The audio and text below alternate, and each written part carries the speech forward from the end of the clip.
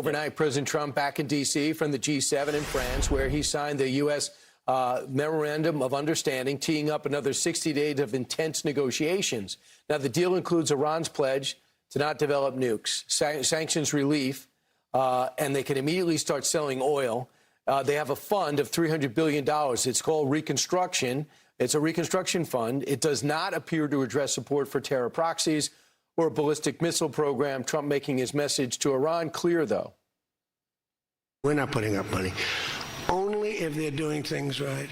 If they're doing things right, if people want to invest, they can invest. There'll be 15 to 20 years to rebuild what they have right now. So they have to behave themselves. If they're not behaving, they get hit again. You know, they'll be hit again because we can do it very easily. And they never behave themselves. From us now, joining us now from the Foundation for the Defense of Democracies, Behnam Ben Taleblu, and he joins us. I've talked to you before during this process. We now have 60 days to really iron out the details. What's your greatest concern?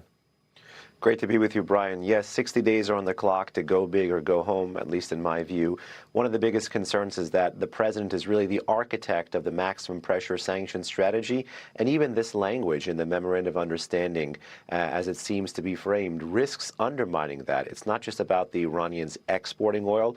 I'm afraid how they sell this oil, and if there's any mechanism in place to actually prevent this regime from repatriating the money that it would get from oil sales, because, again, no one has done more damage to the Islamic Republic of Iran than President Trump, and it would be a real shame for the president to not catch this and prevent more financing of the same threats that he helped stop. So, Behnam, Reuters is now reporting this morning that Iran has already assured Hezbollah there is going to be a cash influx coming.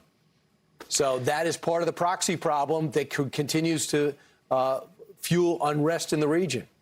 It is part of the proxy problem. And again, just about a couple of weeks ago, the Islamic Republic on a Sunday fired ballistic missiles at Israel for the first time ever to defend Hezbollah. So despite the regime losing more military capability, thanks to Prime Minister Netanyahu and President Trump's strikes against this regime's military-industrial base, the regime has been growing bolder. And a sign that it's been growing bolder is actually still willing to keep Hezbollah afloat with cash, with weapons, with material and political support. So U.S. foreign policy in the region on the back end of this, come whatever after 60 days, is still going to be quite hard to deal with. I know the Secretary of War, just speaking to a pool camera, came out and said that they are going to have a strong approach in verifying everything is performance-based. And the president's already shown, and so is the Secretary of War, they just don't talk about action, they take action. That's right. The Secretary of War really, and the Chief of CENTCOM, have really shown the capability of U.S. service persons to take action, to function as a strong deterrent against the Islamic Republic. But this, as you know, is an ideological adversary, and it's an ideological adversary that's playing to the edge. So we need everything that we can get in the region against them. And one other reason I'm worried about this agreement is that it actually talks about the departure of U.S. forces in the region. We need more, not less, to make sure that we can hold these guys' feet to the fire and enforce and verify whatever the president gets after 60 days. I mean, we'll go scale back a little bit because you can only be ready for so long, but they're still going to have a massive presence. So here's a quote that I think is pretty important. It's in the Wall Street Journal today.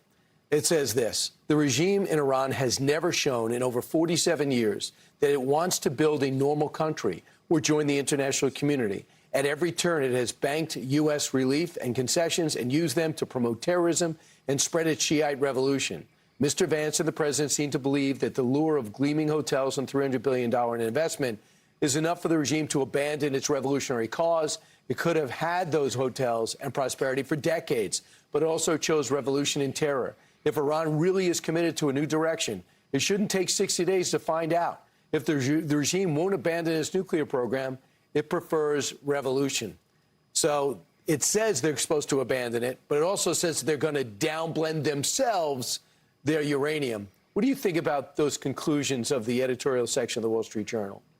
I think the editorial board hit this crisis spot on. You know, this is nothing new. The Islamic Republic of Iran has frustrated many American presidents because they've created this mirage of moderation, and no one fell for that mirage of moderation like the previous Democratic administrations, like the Biden administration and the Obama administration, which the president, when he was a candidate, rightly critiqued. And that's precisely why him as the architect of the pressure against this regime and having done so much damage, really politically, personally, and even strategically, has a lot to gain and a lot to lose from making sure that he can call a spade and know that, you know, this tiger is not looking like it's going to be changing his stripes. Right. I think it all changes after November 5th. If you got a stabilized world economy, and then after the midterms, I think things will change because Iran is great at never living up to anything they say. Behnam, thanks so much. Be sure to like and subscribe for all the Fox News latest on YouTube and catch full shows streaming now on Fox One.